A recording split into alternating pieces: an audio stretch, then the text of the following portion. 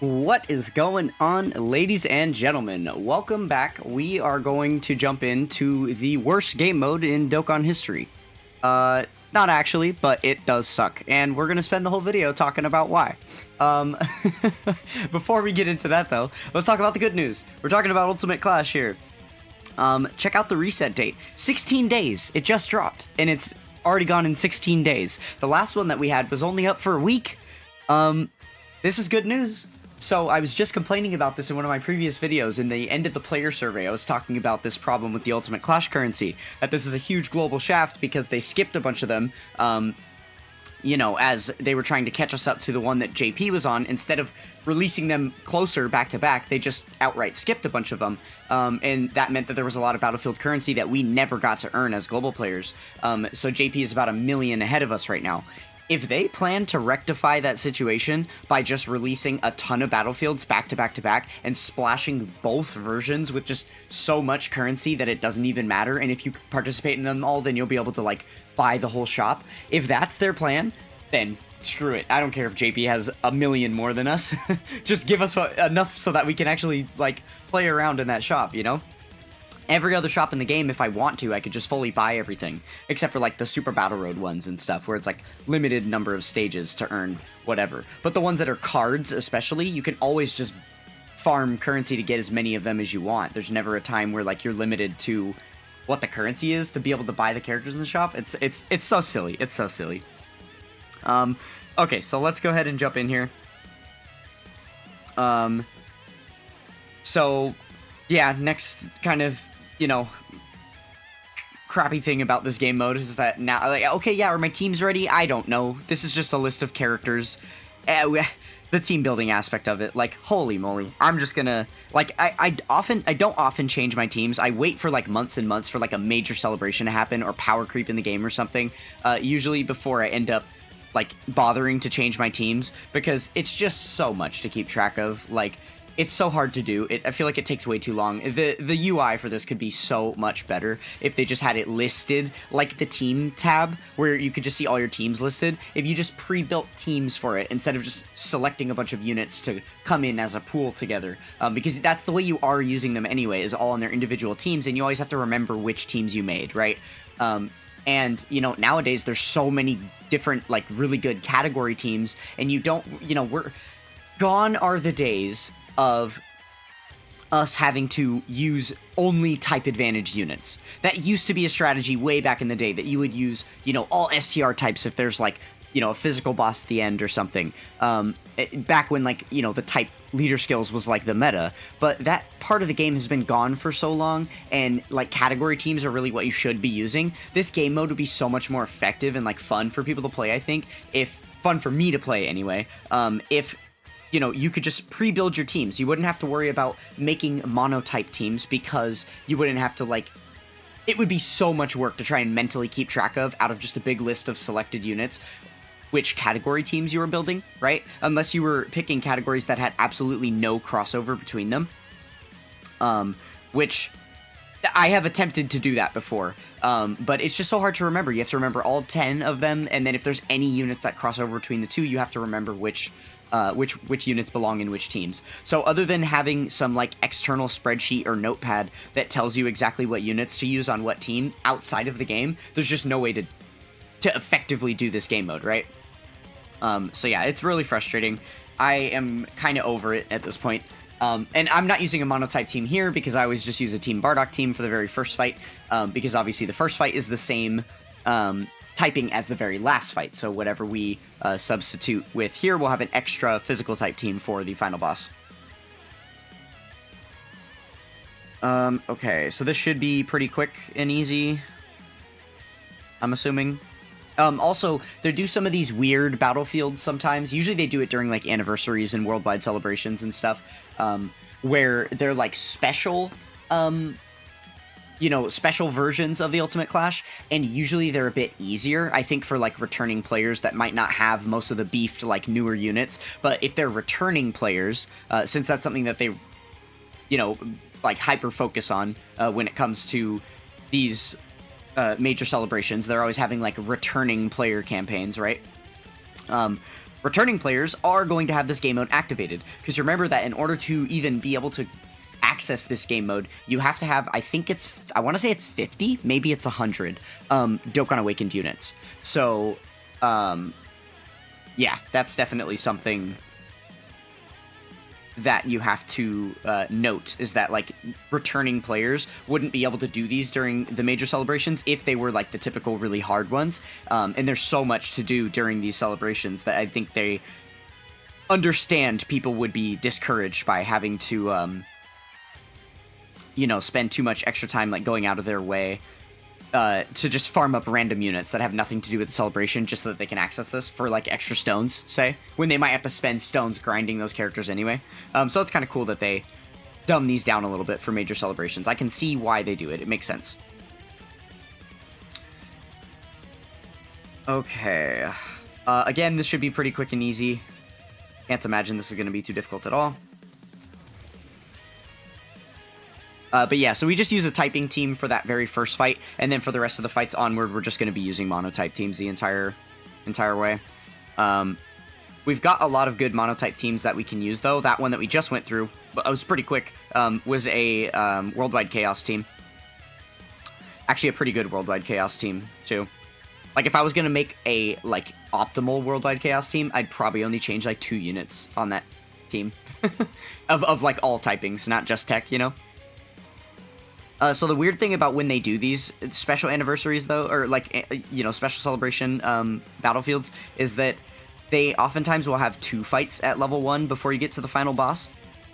Which means it's tough to know what the very final boss is going to be. Because, you know, we know that the Garlic Jr. was Int, but he was AGL, right? So, like, the final boss could be AGL or Int. I'm assuming that top left, just like order of priority, would mean that it's him, but I don't know for sure. So, we're kind of taking a gamble there, but I guess we're going to find out later. Another reason why this game mode completely sucks, by the way.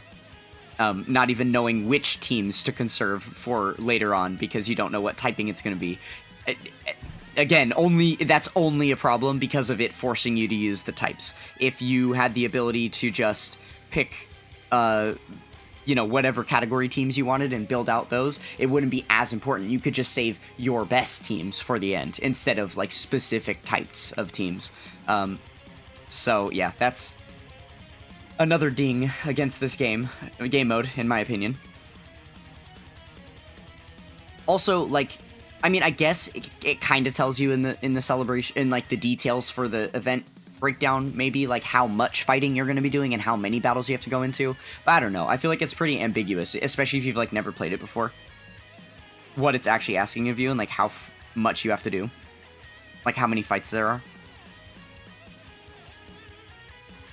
You know, because at one point they, like, early on, the numbers were a lot lower. The, like, number of fights per Ultimate Clash were a lot lower. There wasn't, like, 5 fights in Phase 3 the way that there is now every time. It used to be less, and then as, you know, we'll get the same boss over and over for multiple battlefields, and as each battlefield would happen, they would add 1 fight, and it would continue to get larger and larger until the very end.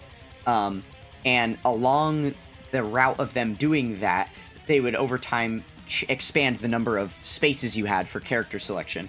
I think it started, like, at 80 or something, and then it went up a couple times, and now it's all the way up to 112. But ever since they got to that point, they just kind of left it, and then have left it at 112 characters that you can bring into the fights, and then 10 fights that you're going to be doing throughout.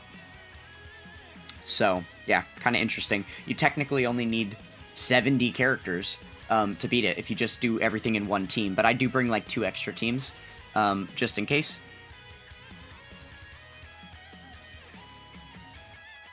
But yeah, I don't even have, like, my full, I don't even have the full 112 characters, you know, filled out, or, like, selected for this. I don't know if you guys noticed that at the very beginning, but it only said 86 out of 112, 84 for, you know, the 12 teams, and then 2 extra characters being Tech God Goku and Tech Caulifla, just because they're really good utility units, but they are, like, the 8th and 9th units on the Super Tech team, just because if we're not facing off against the right kind of enemy, then their passive doesn't proc, and they would get destroyed, right?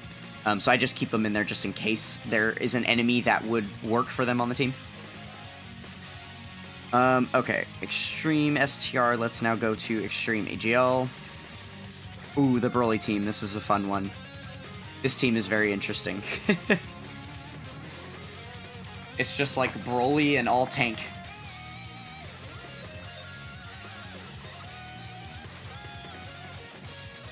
Okay, cool. We got a slot 1 unit. Yay.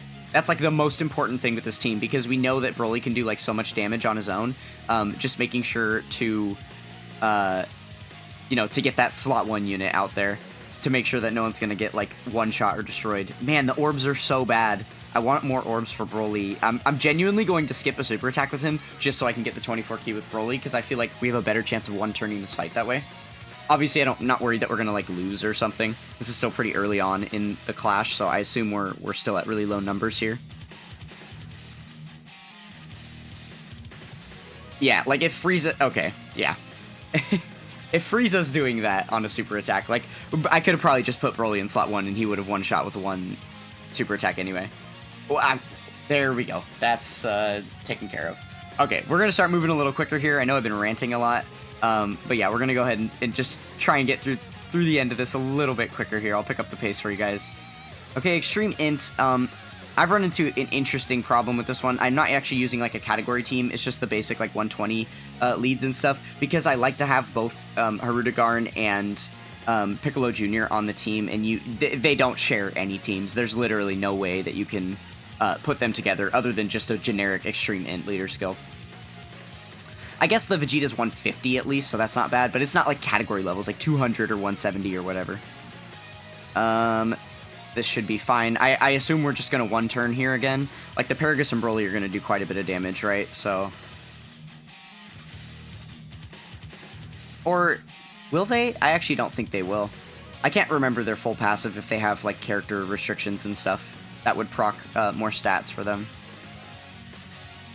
Okay, the seal is good. Yeah, no, okay. I forgot about, because we're on a lower leader skill, right? So the numbers aren't going to look like they did in the last couple of fights where we were on, like, true leader skills. Okay, I mean, that was good. Yeah. So they're doing what I expected. I mean, the crit helped, but... Okay, there we go. Man, this video is really just going to be me, like, 30 minutes of me complaining about not Chain Battle.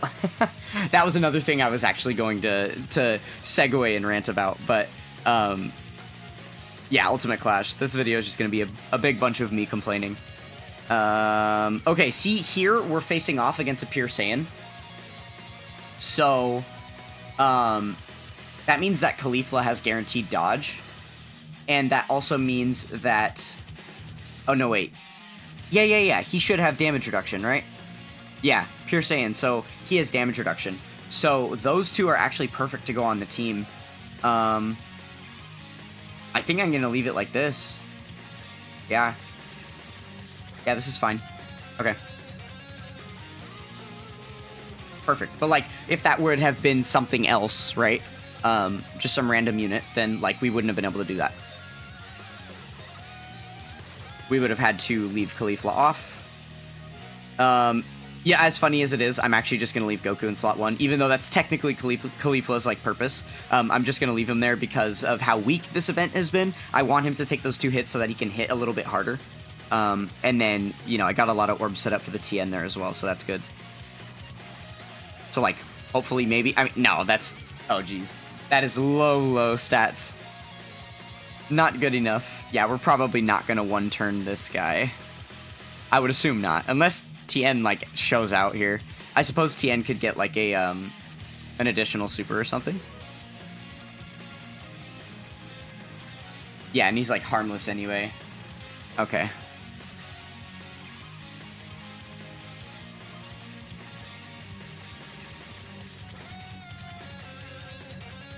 Caulifla's attack stat was almost as high as TN's. What is that? Wow, gnarly. Okay. Yeah, screw it. Let's just get a super attack in with Jiren. Been so long since I've ever even used this guy. Now he's actually usable post Easy A here, so let's see him do something. And we're getting all of that key every time he hits us, too. So he's going to be at a solid 24 key here.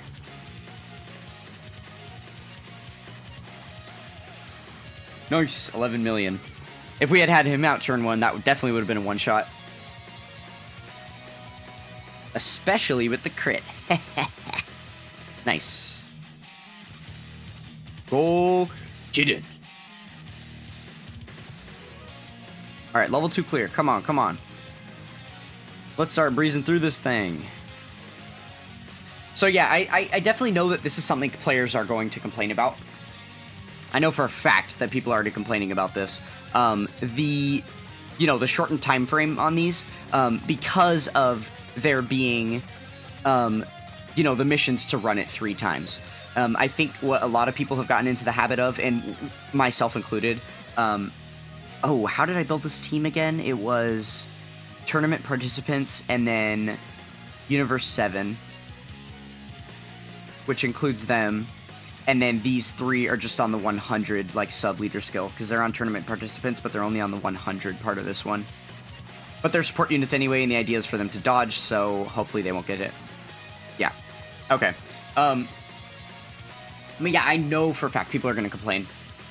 Just because, we've all gotten into the habit of running it once per week, right? And then every time the new weekly missions come out, you get the little exclamation point, the red exclamation point box on the event tab, and it reminds you to go and jump into the event again and run it for the next week. That is literally the only way because the game reminds me. Otherwise, I would just forget to play it, and miss out on, like, those various duplicate runs. But this last one, I just did all 3 in a row, because we only had 1 week anyway, so I was like, I'm not going to wait for more weeklies to jump back into this event. I'm just going to do it all back to back. So we had to run it 3 times in a row for just, like, the additional, like, awakening medals and hidden potential orbs and stuff. So yeah, I am kind of gonna, I'm assuming that people are gonna continue to, like, complain about that, like, having to overplay it and stuff. But ultimately, like, the second and third run don't give you that much rewards. And really, if your real goal is the battlefield memory, then it's a good thing that they're releasing them back to back the way that they are, right?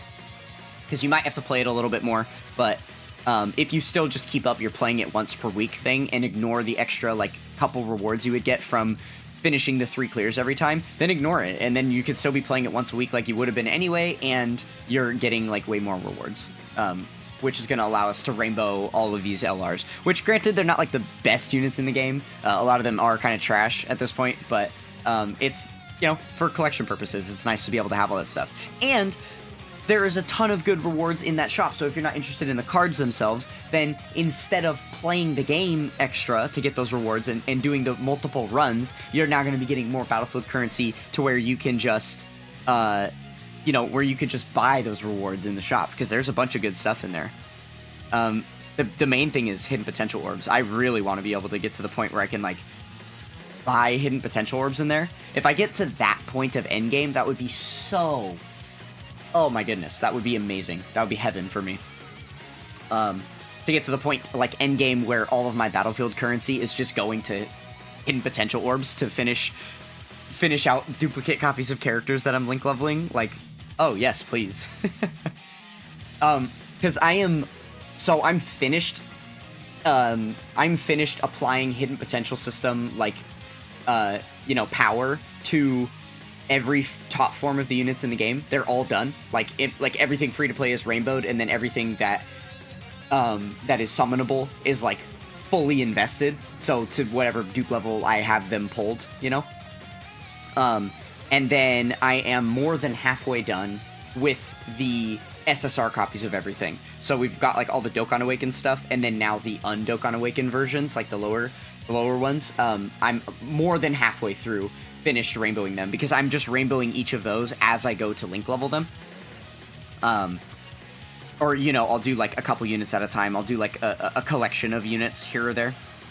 What have we got? I know Beast Gohan would have been one of the leads, and then I guess Kaba. Okay. This is a strong team right here. This is a pretty nutty team. But yeah, I haven't... Holy crap, I completely lost my train of thought. I don't even know what I was saying that I had been doing. It'll come back to me, I'm sure. Okay, we'll put you there, and then that should drop all these red orbs. Perfect.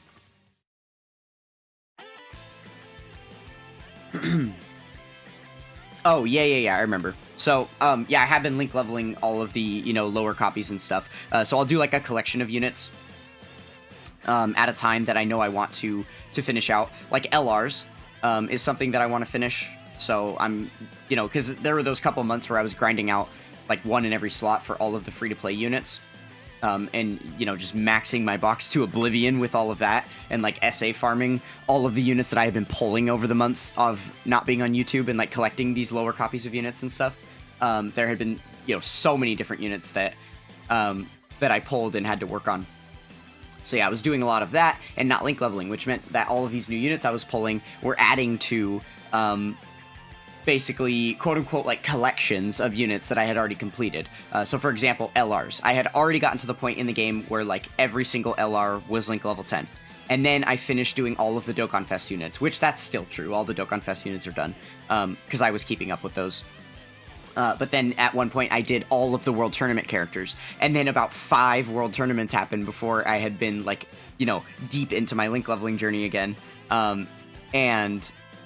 yeah, and so I pulled a bunch of, like, SSR copies of characters and stuff that had just been sitting, and still are sitting, waiting to be link leveled. So, yeah, so that'll be one of my projects coming up soon.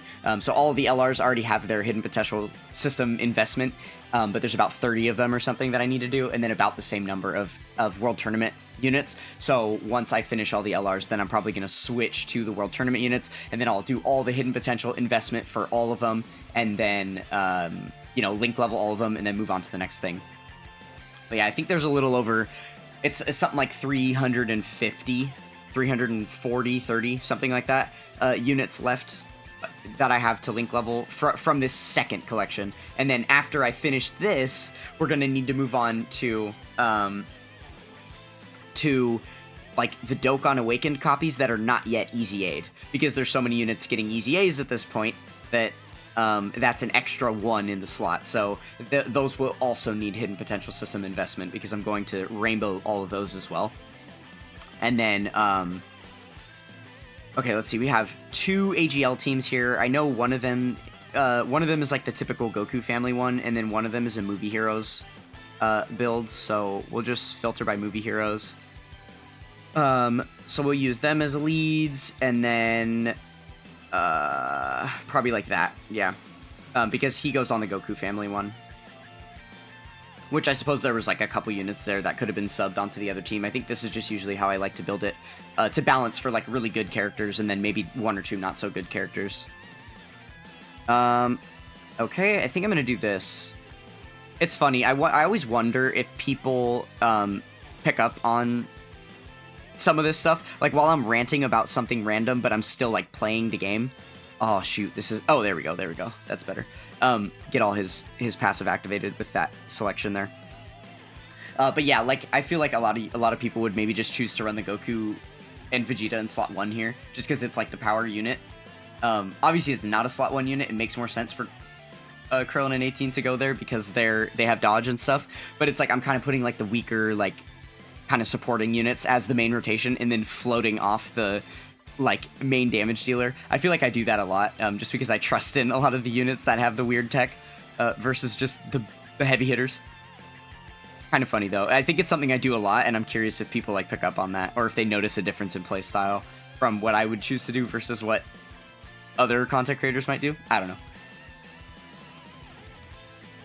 Okay, well, we got the seal off, so that's good. Which means next turn we don't have to worry about anything happening. And it looks like next turn's probably going to be the last turn too, because if we had these 2 support units here, then the next turn is going to be more damage dealing, and he's already almost half dead. Oh yeah, now he's going to be half dead because we got the next super off too. Very good, very good.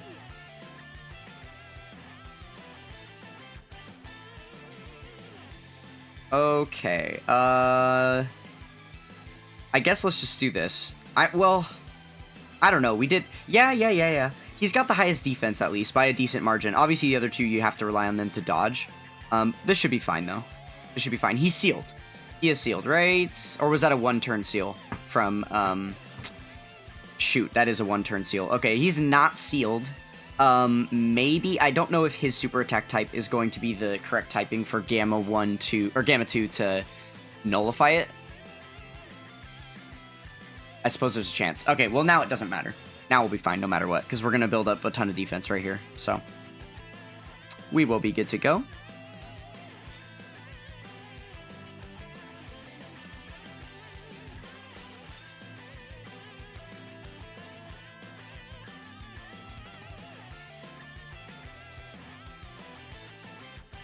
Okay, and GG's. We are through cooler.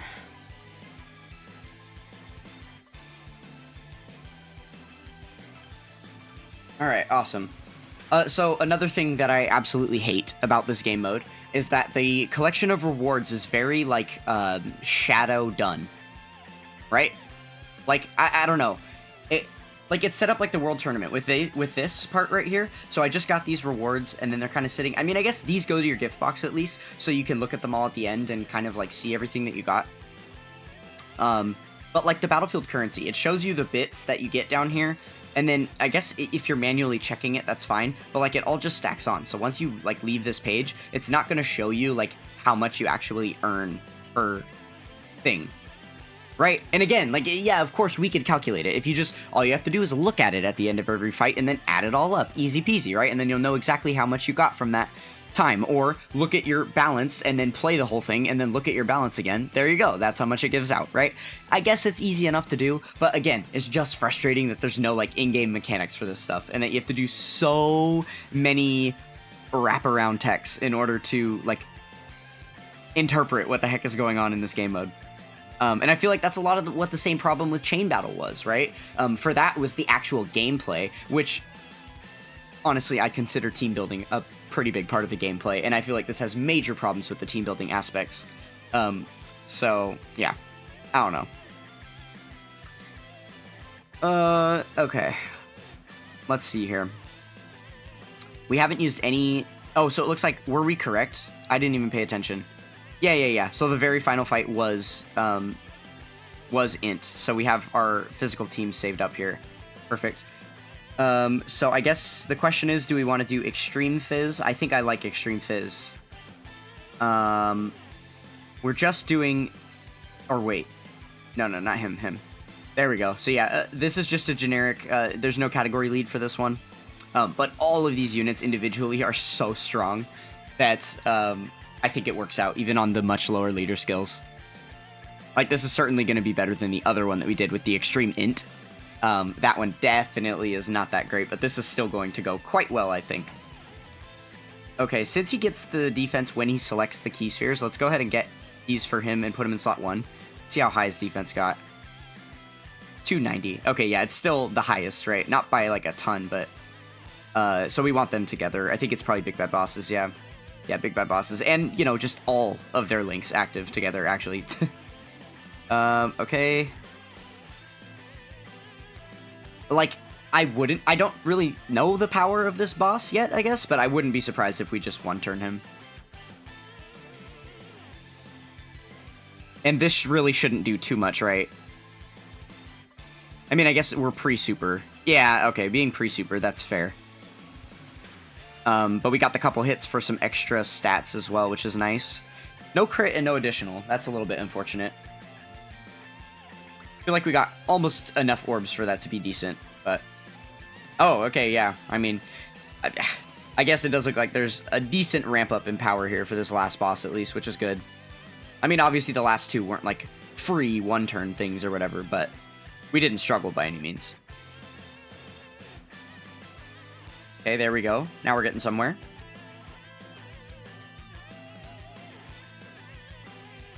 Alright, so I assume this is just going to be 2 turns then. We'll probably get him about half dead here.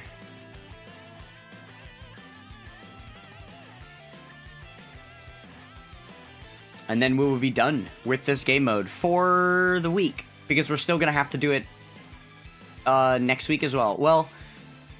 Okay, so I could either do a second run this week, or I could do 2 runs next week. Either way.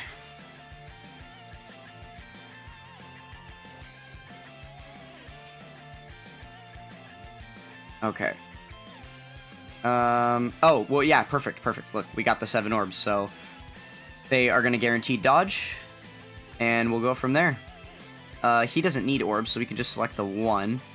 And then let's get some more physical orbs to heal up a little bit. There we go. Oh, wow. They're actually going to hit really hard right now, because I got a decent amount of orbs with them, and they have a nuking passive, plus double 50% support. I think it's actually like double 60% support or something like that. Yeah, 12 million is not bad for sure. And then the additional. And that seals the deal. Nice.